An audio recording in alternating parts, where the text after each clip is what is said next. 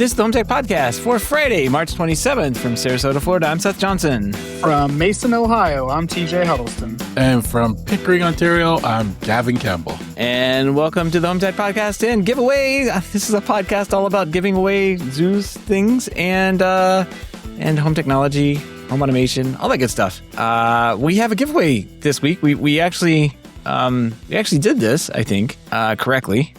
Maybe. We definitely didn't wait until we started to record the show in order to actually figure out who won. We did not do that, I promise. No. Hey, and I just realized we have one that's going to Canada, but we have 3 winners in the United States. So I got to put those in, right? So we're going to put 2 more random rows and 30 and 34. Okay. We have 3 winners in the United States. So congratulations to Ricky, Scott, and Andrew in the US. And we have 1 in Canada. Alexander in Ontario. So Gavin, break out the big bucks. You're gonna have to ship all the way to Ontario. He's in Ontario. I'm in Ontario. Ontario's a big province. Yeah. Well, he's in Aurelia. Well, it's not really that close to me. You could probably just drive it there, Gavin. Yeah. I mean, why not? A little road trip. Hand delivery. I'll take my helicopter over. It'll be a quick trip. Well, congratulations, everyone. We'll get these packaged up and sent out. TJ, you have 2, right? And I have 1 that are going? I think that seems correct, yes. Okay. So we'll randomly pick one of these and whoever's closer, which does, I think you're closer to most of them than I am. So it doesn't matter. Nobody in Florida wants any automation. Yeah. So Ricky in New Hampshire, it looks like, I think. Scott in Wisconsin, right? Yeah, Wisconsin. And Andrew in California. Congratulations. You will be getting a Zeus 800 Z-Wave USB stick, nice. Which in America, it's a hub, and in Canada, it's a controller. So that seems factual. It's the way we do it around here. Wow. Canada's backwards about everything, so. There we go. All right. Well, congratulations, everyone, on your big wins. And we've got a bunch of HomeTech headlines. TJ's on the road, if you can't tell. He's in some random place. Mason, you said? I'm near Cincinnati. It's not like completely random, and I'll be here next week too. So unfortunately, I'll be very familiar with the area. Well, there you go. TJ's in Mason. Gavin's in Ontario. Seth's in Florida. It reminds me, I haven't checked our falling iguanas thing. Are you guys have safe iguanas these days? No, I think they would still be falling up here. It depends on the day here. Yeah. Yeah, I think your thing's wrong, though, because it's like 60 degrees or something here now. So you got to have Henry fix it. It goes up the lowest temperature within a time period. So that's what that number is. I guess that's probably true then. I think it's going to be down to like freezing again today. The weather here is crazy. Like to give you an example, yesterday, which would be Sunday, was 80 degrees. And then today was like a high of like 55. So, and then this week it's going to go down to like 50 again. And then it's going to go back up to 70 and 80 degrees. So the Midwest, weather in the Midwest is just everywhere. You have no idea what it's like until you wake up in the morning. You're like, oh yeah, it is going to be that temperature now. It's going to do that now. Yeah. Yeah. We're pretty consistent here. Although it's been nice the last couple of days. Nice and sunny. It's hot in the sun, but then the breeze goes. It's very nice. And this is the last weekend of spring break here in Florida. So, we decided to go to one of the theme parks. We went to Universal over the weekend on Sunday. No one was there. No one was there at all. Amazing. Like, just empty. So, had a good time. Ate food and rode some rides and left. Isn't it usually packed, though, especially during spring break? I think there are certain days that, like Sunday would be like almost a travel day or something. I don't know, where people are going to go back home. But just so happens today was also a spring break day for my daughter. They got an extra day tagged onto the end this year. So, when we realized that, Saturday... we were like, let's just go to the park on Sunday. We had no idea. Yeah, I guess everybody's leaving on that day. Our spring break got a day tagged on the day before spring break. So we had the Friday. That's weird. Yeah. As far as the park goes, like during normal weeks and not spring break weeks, which is kind of spring break season right now, typically Friday is a slow day. And if you go on Friday, no one's there. But the other days can be kind of busy. So it's just weird. Fun fact. But I was shocked. No one was there at all. So it's pretty empty. Anyway, we've got a bunch of HomeTech headlines. So what do you guys say we jump in? Let's do it. All right. Josh AI rounding out the 2026 keynote here. They focus on software first approach with smart home systems that keep improving with over-the-air updates. Can be configured with installation using natural language. This is a video. You can go watch this video, right? It's a little keynote announcement that they went over. So they announced AI XOS rolling out in spring. It's a platform layer connecting its ecosystem alongside redesigned Josh app with favorites first home screen, bottom nav bar, and always available active media hub, and just, in general, refreshed UIs. They have one of the nicer looking UIs in the pro space here. So something nice to see there. They also highlighted the new remote and looked at that. And they also were showing off a number of new and expanded integrations using their Nimble Dev Suite, which is a little bit of Home Assistant under the hood, I suppose. They did with lighting, amplifiers, locks, garage doors, sensors, all that good stuff. And then one of the interesting things here is the Somfy PoE motor integrations was built by an independent developer, Chow Mainsoft. So that's interesting to see that they're starting to say that these third-party developers are kind of coming in. That's nice because I think when I talked to them last, they weren't sure if they were going to open it up for third-party developers. That's a good thing because now these manufacturers that go to companies like Xiaomi say, "Hey, can you make me a driver for all of these companies?"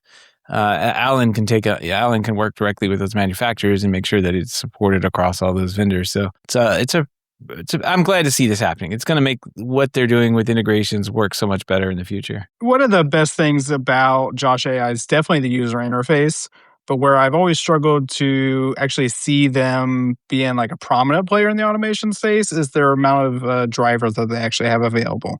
And it's nice that the Nimble Dev Suite has basically utilized Home Assistant to do that. But in order to like actually create like a mass market automation platform, I don't see how you do that without having third party developers, right? Mm-hmm. Because you need people to be able to create these software and these integrations. And your automation company isn't going to be able to do it all. I mean, you got to rely on people like Chow Mein who actually know how to write drivers for all these different softwares in order to do that. And it's good to see them opening this up a little bit. I hope they actually like do it all the way. And because until they do that, I don't really see Josh AI as a serious automation platform. And that's obviously what they're going for at this point. They've kind of transitioned to that over the past couple of years, but it's been a very slow transition. And it's just not something that I think is feasible for a lot of people, that if you're relying on Control 4, you're not going to go to Josh AI. I mean, the amount of integrations is nowhere near the same level. So I think this is always good to see, but it's such a slow uptake that it's kind of crazy that it's taken this long. I agree. They do have one of the best interfaces. I've actually been stealing a few of the ideas from their interface and putting it on my Home Assistant interface. So I'm trying to model my Home Assistant after theirs because I really like the way it looks. It's very clean, has all the information and everything. The one thing I watched the keynote. And the one thing I don't get is their whole remote thing, right? Like talking to the remote all I know is in my house, the number of times we go on a manhunt for the lost remote, their remote would just get lost everywhere, within the cushions, behind the couch. And then can you not control anything if you don't have the remote? I don't know. You need like a Marco Polo, like Marco, and your remote goes Polo. Like, yeah, you need exactly. a speaker, not a microphone on the remote. They're really pushing that remote, but I mean, in my house, I just like to just yell out into the open air and have a speaker pick it up. I don't want to have to hold a button and on a remote. Well, they have that. I mean, they have that with the little things that are on the walls and built-in systems. And I mean, they have the little Josh pieces as well that you can use. The remote's just like a supplement for that, like for AV control in a particular room, I think. I guess so. It's not like a TV remote, though. You can maybe turn on the TV and stuff. Yeah, it's an automation remote. Yeah, it's an automation remote. It's not a TV remote. So you don't think so? It's kind of like having a physical remote for your Alexa. Yeah, in a way. Or you can open the blinds or turn on the lights from the remote. At that point, I'll just press the button on the wall. And I'm curious. So you don't think you can control AV with the remote, or no? You more likely could turn on and off things, but I mean, I don't know how integrated it is where you'd be able to control things. Like you may need specific equipment to do stuff, right? Like very specific equipment. Well, I mean that's true anyway, though, because Josh, by default, as far as I'm aware, does not control like IR devices and stuff like that. You need, global cache or whatever other devices that exist out there in order to control like IR devices. But if it has IP integration, you're able to control those. So I think it's just like a normal remote, but it allows you to control automations at the same time. Yeah, it's got the full rosette, like up, down, left, right, select on it, and a bunch of other buttons, transport buttons, back, home, menu. Like this, if you're controlling an Apple TV, Roku, this is all you need. I guess for the minimal remote people. I would compare this to the Logitech Harmony Elite. Obviously they're not the exact same thing, but you got the Logitech Harmony Elite because you wanted to control like your smart bulbs and stuff at the same time as your TV. I mean, I don't know. I guess I'm thinking of like how this would be set up. Like I wouldn't. You're gonna miss like channel buttons on this, right? There's no channel buttons, but who needs those? There's no such thing as channels anymore. Well, maybe you can control it with your voice at that point if you just say change it to channel whatever. Like if they've probably gone into that kind of details, but again, the market for this is probably not me. No, you just tell it turn to TBS and it turns to TBS. Turn to CNN. Yeah. You literally made your own like video matrix switcher and stuff. So this is definitely not for you. Yeah, this is probably not me. So. And by the way, many years later, it worked great for the March Madness. I was watching multiple games at once. It was awesome. Nice. Well, cool updates. Here are a couple of the over-the-air updates that they're getting. The April Air thermostat. There's Sonance amplifiers, Deco lighting, DMX and Dali lighting, which is cool. Some IC real-time stuff, Jandy pull and spall controllers, connected garage door openers, level locks, some Origin acoustic amplifiers. Oh, Shelly Bluetooth sensors, watch out.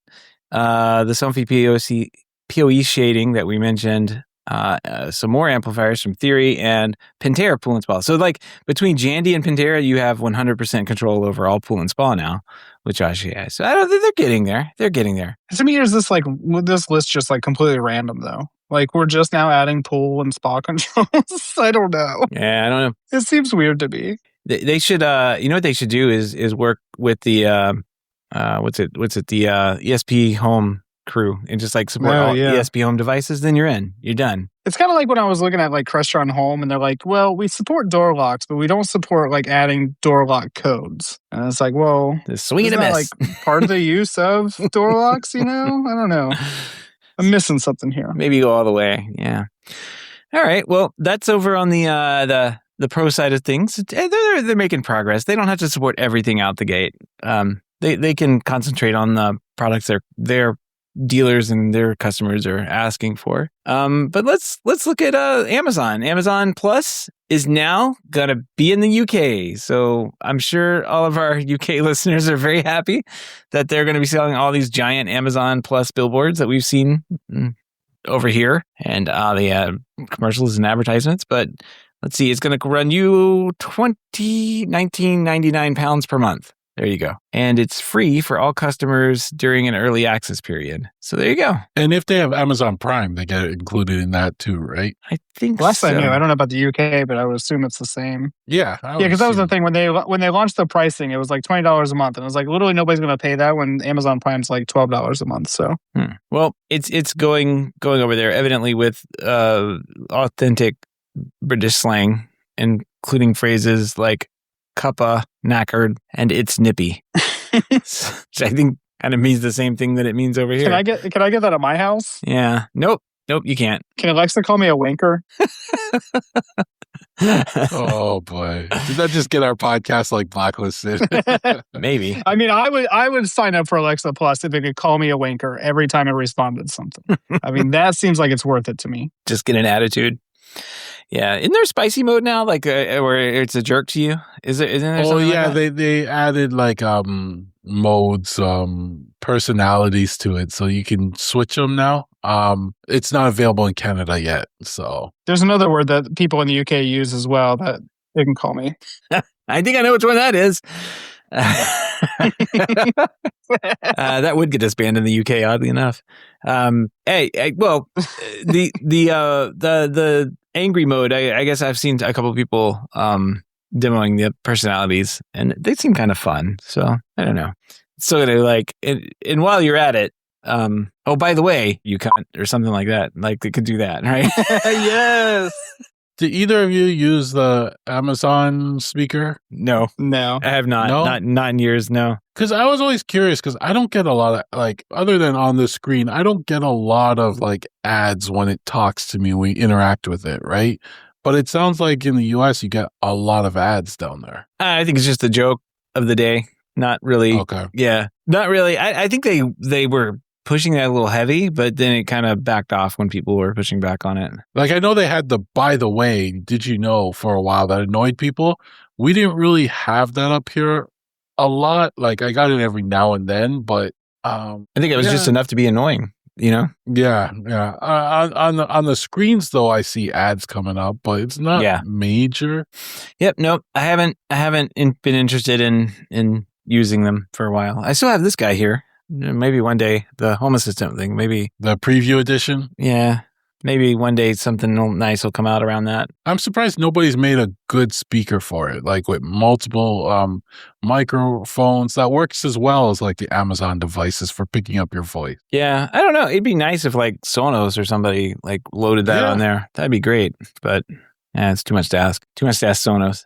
Well, let's talk about Canada, because Canada's TELUS is a phone company over there.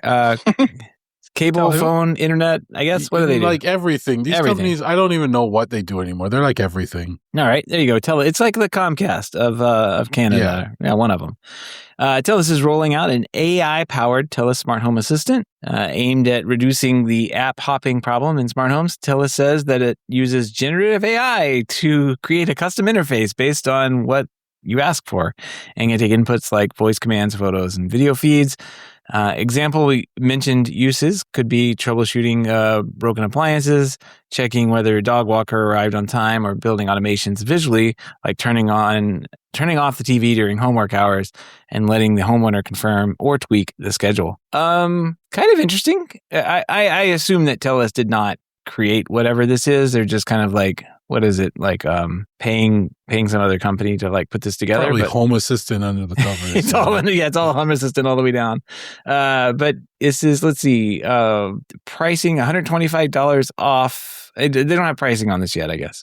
It'll probably be rolled into whatever your cable bill or your internet bill or that kind of thing if you wanted it. So interesting. This kind of happened a while back here in the States. I don't know if Comcast is still offering smart home stuff. I don't know. I thought they backed out of that. Well, last I knew, I don't remember if it was Comcast, but somebody bought HelloTech, which is like a TV mounting service. So I think they are, but they don't want to be. Oh yeah, it is. Xfinity purchased HelloTech, so they are still in the installation business. I just did a Google search for Comcast Smart Home. It brought me to an Xfinity first thing. And then it has the left side, it says Wi-Fi motion to detect move in your home. I'm like, well, that's not what I'm talking about. And the next link is Smart Home. What is home automation? I click that and I got a 404 page. So I guess it didn't go in here. Oh, wait. It loaded finally. Let's see. They do have something like a $65 a month security system, it looks like. Yeah. It's expensive up there. It looks like they're working with Philips Hue, Honeywell, Kwikset, Caseta, LifeX, August. So just kind of your standard stuff, I guess. It works. Got some cameras, got some security keypads and local monitoring or monitoring options. That works. Let us know how it goes, Gavin. Oh, I ain't getting that. No, too much AI in that. Oh, all right. It does sound kind of cool, though. I mean, being able to that's kind of what we do with Henry. Like, hey, Henry, make this, and he does it, you know? Yeah, it's kind of cool, but knowing TELUS, it won't work the way we want it to work. For $5.99, I can add that button onto your dashboard. Oh, yeah, or it'll be something dumb, or it'll be all cloud connected and, whatever. I think they got some of the technology probably when they acquired ADT Canada as well. So that's probably where some of it came from. Yeah. All right. Well, that's hopefully it works out. If you have a Hisense TV, I guess I saw this, a couple of reports on this. Tom's Hardware is reporting that some Hisense smart TV owners are seeing non-skippable full screen ads during basic actions like switching HDMI inputs or going to the home screen, or even changing channels. It'll throw up a full non-skippable ad. Complaints largely involve lower-end models running Hisense's VIDAA OS. I guess it's VIDA OS. I don't know. Recently rebranded as Home OS. LG is probably going to have something. LG has Web OS, I guess is what it is. So at least one mention reports Toshiba TV doing the same thing. Let's see. This Vita is also licensed to other brand, including Schneider, which I guess I didn't know they had TVs. Akaya and Low. I've seen Low TVs. Schneider's probably Australian, like a Australian rebrand. I don't know. Interesting. Anyway, yeah, TV ads. They're pervasive. This is why I buy my TVs from Costco. Is because if I've turned on the TV, I'm using it, and I see the enshittification of this, I'm taking that TV right back to Costco, using their warranty, return policy, whatever, and getting another TV. There is no way I would ever let that happen in my house. Yeah, this is reason number 867. I've been keeping track of why you don't connect your TV to the internet. So if you needed any more reasons, we can go over the previous 876. But this is why. They all say because ads and spying. It's just, that's all the reasons. Yeah. Interesting that the reports cited in the article cluster in the UK and Spain, with at least one German language posting screenshots also mentioned. This is wild. It's wild to see them happening. Hisense is denying forcing the ads for, quote, normal use, calling it a temporary spot test. So yeah, they're just testing the waters. Just test the waters. Every now and then when you switch to HDMI, you'll get an ad. It's bad enough that like LG, like when the TV goes into it has a screensaver kick in, you'll see an ad on the screensaver, right? Like they're so sliding them in slowly, like it's just testing the waters. That's all. Just seeing. Yeah, until somebody complains. Even streaming services are doing this now too. Yep, streaming services are doing this now too. I think it was like Paramount Plus or ABC or something, or maybe Peacock, where it's like I paused the show and I like threw a full like screen ad up on there. Oh yeah. And I'm like, seriously, I just paused it. Like, get away from me. Yeah, nothing made me download TV shows faster than Amazon, which I already, we already pay for Prime. We already have the Prime thing. Nope. They were putting ads up on the TV show, and I was like, you know what?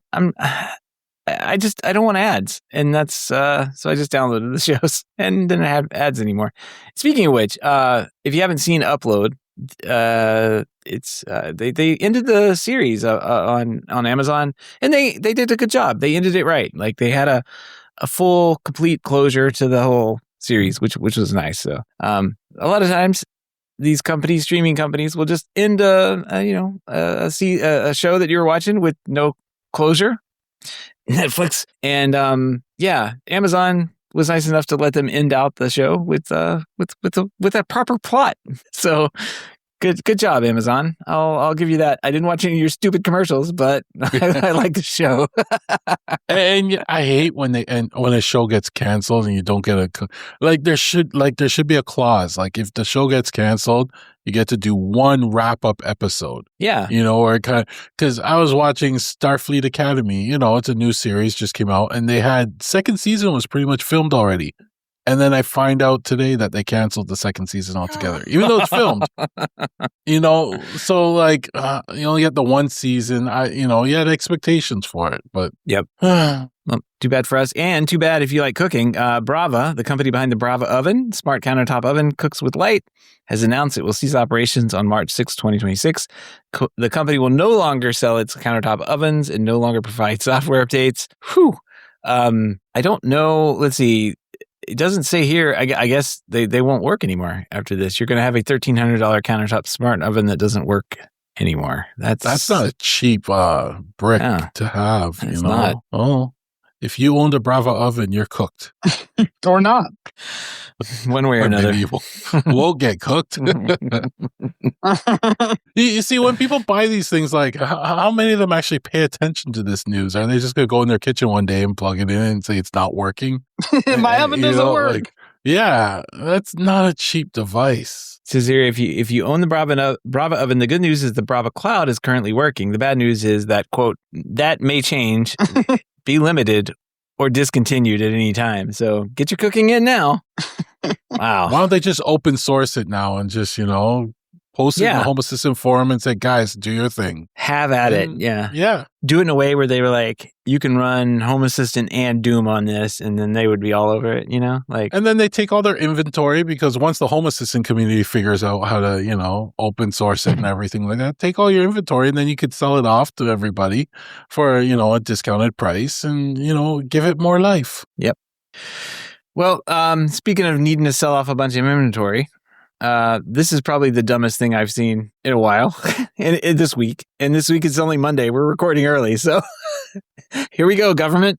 The FCC has made foreign-made consumer routers illegal here to sell in the U.S. They say they pose an unacceptable risk to U.S. national security and the safety and security of U.S. persons. So if you have a Wi-Fi or wired router that wasn't made here in the USA, you can keep using it, but in the future here, when the new Wi-Fi 8 stuff comes out, or what are we on, 7? Yeah, when the Wi-Fi 8 stuff comes out, those routers can't be made anywhere but the good old US of A. So this should be fun. Router makers are either now, they'll need a conditional approval, or they will have to convince the government that they'll open U.S. manufacturing, or they may choose to just basically stop selling future products here in the United States. This is crazy. We heard about TP-Link kind of basically taking over and people kind of worrying about that. Now, specifically for consumer-grade routers intended for residential commercial use, if they're not made in the USA, banned. Wow. Yeah, I'm not even sure how this is possible, because as I know, as I can think of any right now, there's not any companies that make a router based in America. Like even the ISPs, like your Spectrum and Comcast and stuff like that, they're going to get their routers from overseas. So like who where are we going to buy routers from? Nowhere? We're just not going to have internet now? Honestly, though, that's the current administration. The goal, yeah. They probably don't want you to have internet. And so, that makes sense, actually, now that I say it out loud. My bad. Oh, man. Is Unify made in the U.S.? They're not made in the U.S. They're an American company, though, so I don't know, how smart can they be? So they basically have to move their manufacturing back to the U.S., right? Somebody would have to move Yeah, I guess so. Wow. You guys are going to be a load of trouble.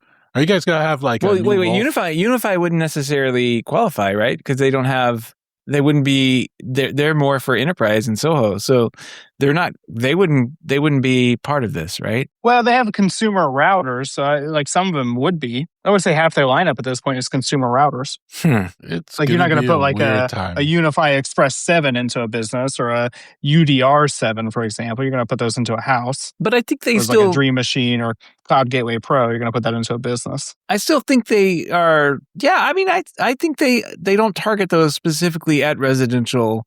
I mean, it's not like they don't end up there, but they don't target those for residential use. Those are targeted for business and offer. I mean, their entire website is not set up for residential. It doesn't talk about the home or anything. So, but if you contrast that with somebody like TP-Link or I don't know, heck, some of actually Unify does have a separate product line for residential. I forget the name of it. I had one years ago. No. It's a little square box thing. Yeah. I forgot the name of it. I hated the thing. And we actually had somebody on the show years ago about that thing, but it had little paddles that you would plug in around the house and it would mesh to those. It was really early on. And it kind of worked, but it was not a fun piece to use. That one specifically marketed towards residential use, I think would be banned. I can't think of anybody else that is. There's no consumer brand that's making anything. I mean, not with $5 TP-Link routers on Amazon. What are you going to compete against that? No one's making anything like that. This has got to be something that gets turned around. This is just crazy. Yeah, I don't see this thing sticking. It's going to hurt too many companies, I think, too many people. Cisco, Netgear, I mean, so many. See, the Yeah, but FCC. Cisco is more enterprise as well too. So No, they have residential routers though. yeah, that's true. The FCC, there's cite router involvement in Volt, Flax, and Salt Typhoon cyber attacks. The article also questions whether domestic manufacture alone improves security, noting Volt Typhoon primarily targeted discontinued Cisco and Netgear routers that were no longer receiving security updates. So, I don't know. Very strange decision that the FCC's made, but not the least strangest thing that's happened. Again, it's only Monday. We haven't finished the week out. There could be something else that happens this week, guys. Don't worry. But all the links and topics we discussed tonight can be found over on our show notes at HomeTech.fm/568. All right, nothing in the mailbag, but we do have a pick of the week, and Gavin sent this over. He teased me here with a GitHub link, and it is a GitHub Ubiquity Protect on-VIF event listener that listens to third-party on-VIF cameras for their AI detection events, and then pushes those into Ubiquity Protect as events with thumbnails. This is genius. This is like the major complaint that we have about the on-VIF and Protect integration that Ubiquity has. Like these cameras have on-VIF events. You can set up AI stuff on some of these cameras that's better than what Ubiquity has, and we can't use them. No, we have to buy these what is this? The little thing. AI port. AIP. Yeah. AIP. I got it on my desk here. I forget that it's only hooked up to one camera, but I got a bunch of cameras. They have AI stuff on I could turn on. But yeah, this would be great. I'm gonna install this, I think. How long is this going to take before it doesn't work, though? Well, that's the only thing about this product. Like, I saw this project and I thought, this is really cool. Just taking on-VIF events from cameras and then you publish it to the database for Protect. So you can see it through the whole Protect interface and get around a lot of the other stuff. It's doable. It looks good, but you have to install it right on the router, right where Protect is running, which I'm not sure if that's going to break something in the future or it will break in the future. I don't know how confident I am about actually installing it on the router itself. Oh, it's got to run on the device. Oh, yeah. Yeah. I mean, those usually break with updates and that kind of thing. I mean, Ubiquity can come through and clear that out usually.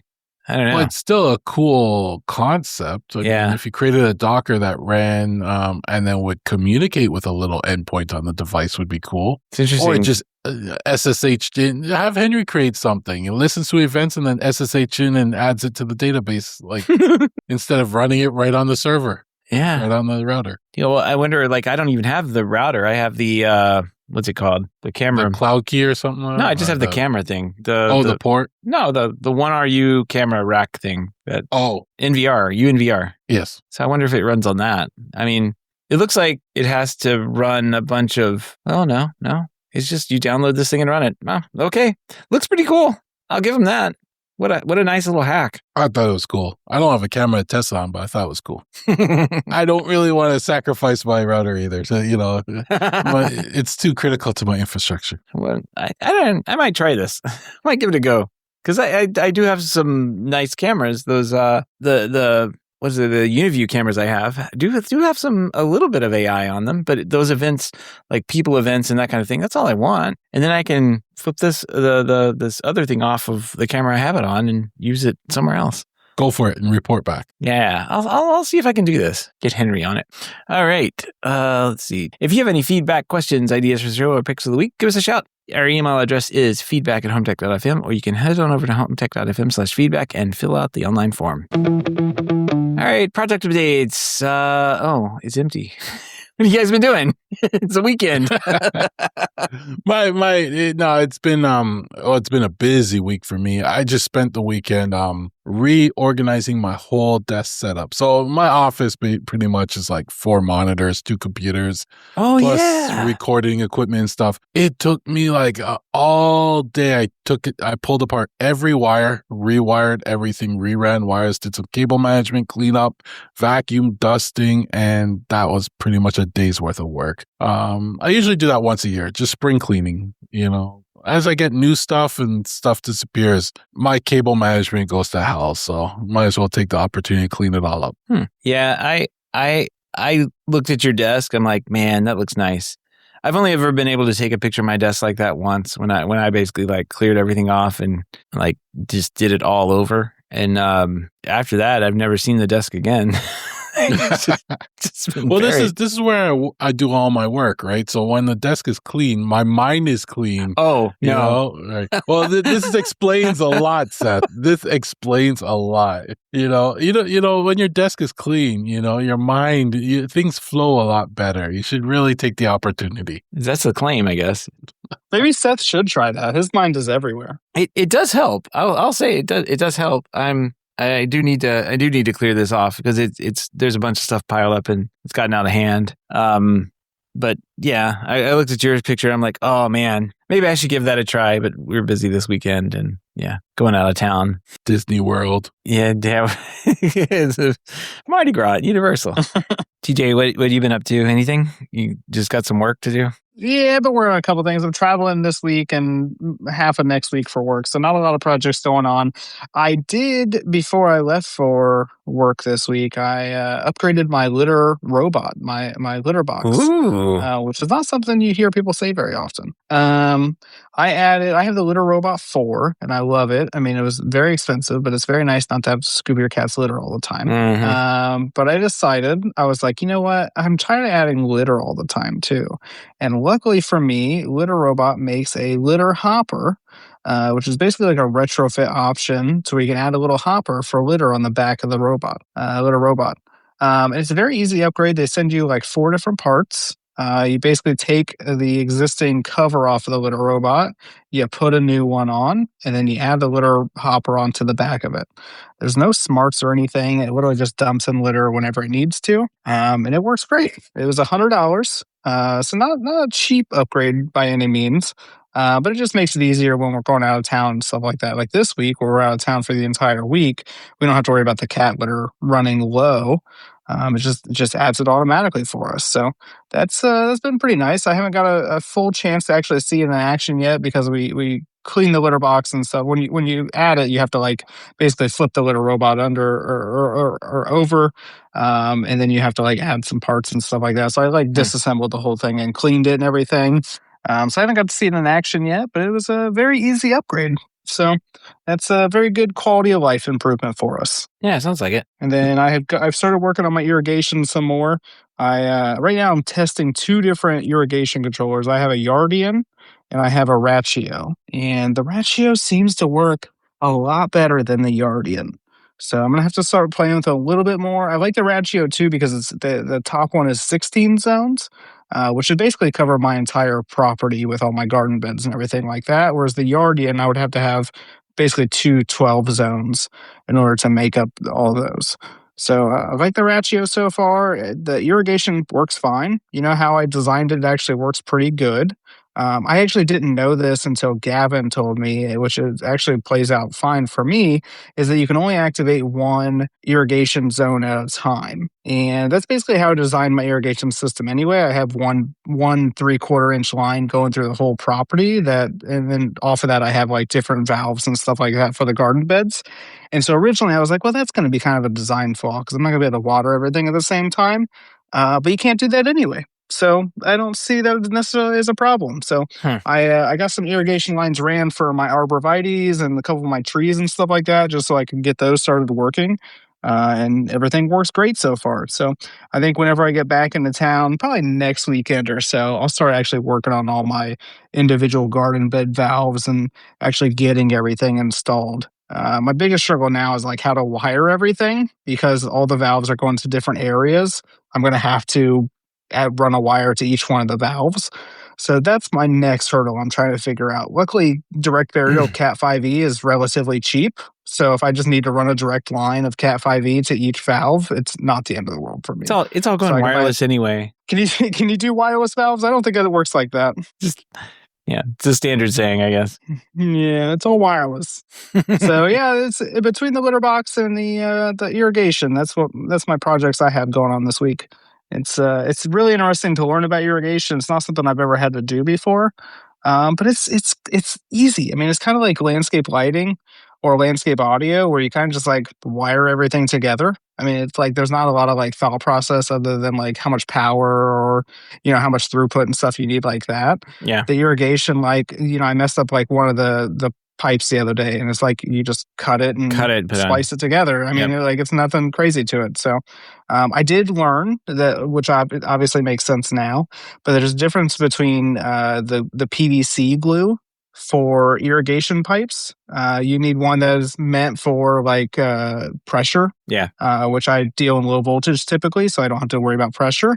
And so I was just using my regular PVC glue I had, and I turned on my irrigation line, and it just like rocketed up in the air. It was great. Isn't it like it's all purpose or something like that? And it's like, well, that's a purpose. Yeah, right? And then you like reading the very fine print, and it's like, do not use for pressure. And it's like, oh, I think irrigation's pressure. I probably shouldn't use that. Where are you gluing the pipes? Because all my pipes are like, how can I say it? It's like a crimp like ring around it. Well, these are just like regular like PVC pipes. So you have to like glue like couplers and stuff together to get them to join together. So I thought about using like the poly tubing that they have, but the PVC piping is so much cheaper for my needs, and I have to cut it all the time anyway to get to the valve. So it's kind of the same process anyway. Yeah, it like you said, it's pretty easy. The things we had to consider was when it comes to your water pressure, it can only run so many heads at a time. So that's why you have one zone at a time, because in my case, I can run 4 heads off of that for the lawn per zone. So if I turn on 2 zones, there's not enough water pressure to make them rise and stuff like that, right? So yeah, it's fun to do. It's easy. I hate digging though. Yeah, it's one of those things that like, well, and that's the other thing is like all my pipes are just laid on top of the ground right now as I try to figure out the layout and stuff. And so it kind of looks like a garden skeleton in my backyard because it's just white pipes going everywhere to like all the garden beds and stuff like that. Eventually I'll bury them, but I'm not really worried about that part right now. Nice, right? It's a fun little project. I eventually have to get out. I'm going to have to like figure out how to find the broken pipes, or I probably won't find them. I'll probably just have to replace them for some of the zones in my yard. But that's another day. I got to get the grass green again. Just pricing out what it was going to take to buy seed and all that stuff. Which Gavin, I think you'll think this is funny. I remember you telling me about the seed that you got, and like you planted it one year and it didn't do well, and then all of a sudden it's back the next year. I was reading about mine. It was like, yeah, you just put the seed down, and like 5 weeks later, if you just constantly keep it wet, you'll have grass.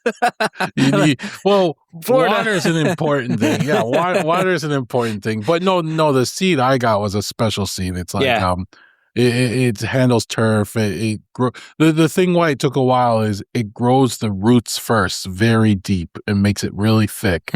And then the second year it comes upwards. But when the second year, I was blown away by how well it came up. So I've been putting it on my lawn, and I don't expect much, but eventually it's going to come up. Yeah. I think I saw that at the store the other day. It was called Gavin's Special Seed. I was going to pick something up. Oh man, we're banned. Yeah, we're getting a lot of trouble this week, but those seeds have gotten me in trouble a lot. The Windows. Oh, I forgot to mention another thing I got. I picked up the Elgato prompter this week. Ooh, is that why you keep looking somewhere else? Oh yeah. Well, now I look. This is great. Like honestly, like when you're on a conference call and stuff, like you can have like the screen up on it. And you're looking directly at the camera. The camera's like in the middle of the screen. Like you mount the camera behind it, and then it reflects from like the bottom upwards. And you can have it scroll words. You can, if you're giving a presentation, you keep eye contact with the screen.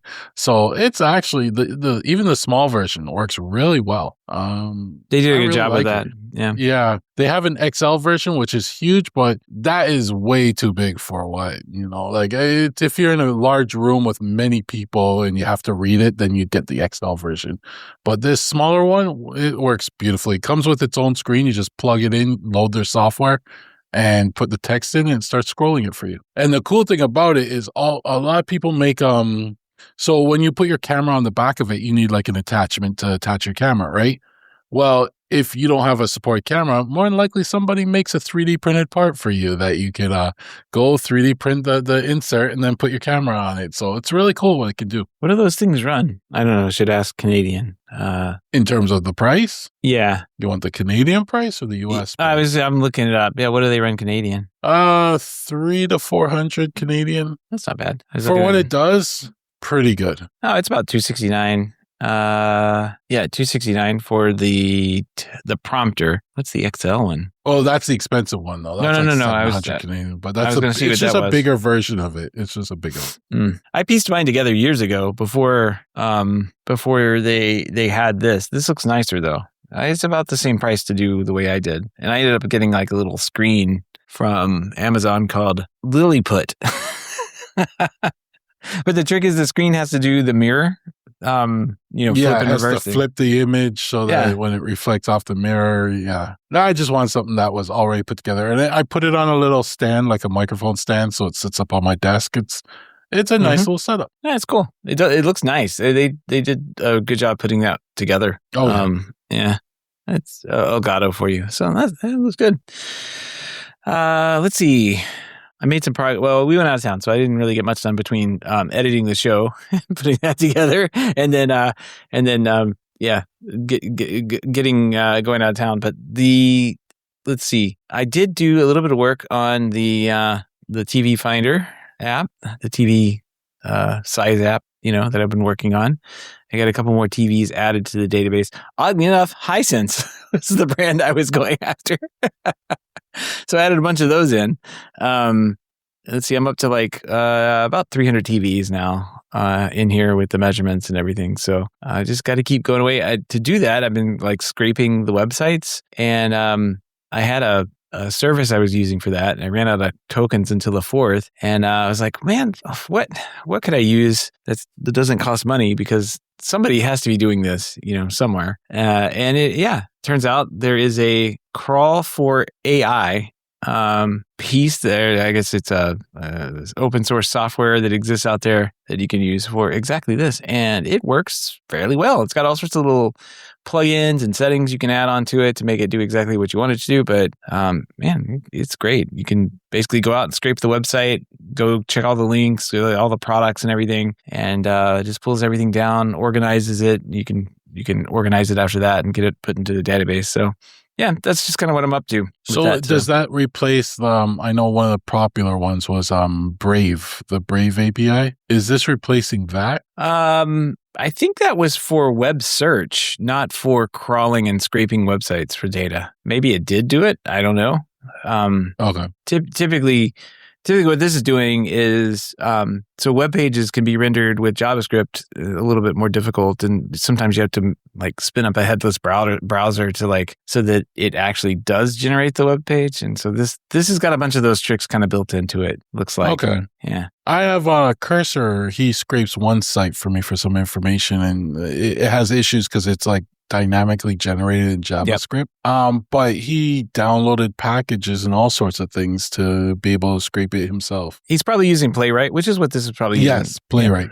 Yeah. That's what you would use if you're developing an app. And typically what they do is automate testing through Playwright. So it's kind of like a headless Chrome piece. And that's what this looks like it's doing. So it under the hood, it's got a couple of little tricks that I think that they do, but most people are using Playwright to pull that in. So yeah, it just renders the page. And I think if it all breaks down, this has like a LLM plugin too, which I pointed to Llama. So like literally everything is local on it. I don't have to worry about it, going offline. And it will, if it can't scrape it properly, it'll shove the thing over to a URL, over to the LLM. The LLM can like churn through it and figure out what needs to be done. So I don't know. It's a pretty cool project. I just happened to see someone talking about it once and start it on GitHub, and it's been helpful on this one. So hopefully I will get this thing wrapped up soon. I just got a lot of TVs to go. So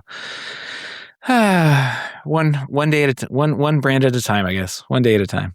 Good luck. Yeah. It's fun. All right. I think that's going to wrap up this week. We do want to thank everyone for listening to this show, but want to send a very special thanks to those who are able to financially support those through our Patreon page. If you don't know about the Patreon page, head on over to HomeTech.fm/support to learn how you can become a patron for as little as $1 a month. Any pledge over $5 a month gets you a big shout here on the show, but every pledge will get you an invite over to our private Slack chat, The Hub, where you and other patrons of the show can jump in there and see TJ's strange. You're too on Zillow too much, I think, is what's happening here. You can see my Zillow postings that I post about, and you can see my mysterious bathroom rack areas I have to work in. Bathroom rack areas. You ever went to a rack in a bathroom? If not, you should join our Slack channel. You can see what that looks like. We're trying to get people into this, I guess, TJ. That doesn't sound like you. It's very encouraging. I don't know if that's the audience we want in there now. Come check out my bathroom pics. Oh man! And Richard's garage looks pretty awesome. Kind of jealous of that, honestly. Yeah, those lights were awesome. Yeah, I've been seeing those everywhere now. I mean, I know they sell them in like hardware stores and everything. Those little hex light things. I think we first saw them at CES. Are those the same ones, CJ? Yeah, I've seen many people build with these, and like even locally, like I'll see like 10 of these boxes laying outside somebody's house. I'm like, oh, they put one of those hex things up, because you can just like interlink them together and make different designs just depending on how much ceiling space you have. They're like everywhere in like car detailing videos and automotive shops now. They're like super popular in that crowd. Now I want to finish my garage. Just after looking at his garage pics, I want to finish my garage, drywall it. I have a heater in there. It's not hooked up, so I can put a heater in. They've got to make pretty even light, the way it's distributed like that. Like, and it basically can become your entire ceiling. I mean, if you keep going with it. So it looks nice. Looks really nice. So yeah, that's in the hub. And those soil detectors that we didn't talk about on the show this week. But yeah, Yolinks got a 10-pack of soil detectors that Gavin won't buy because they're not lawnmower friendly. Not lawnmower safe.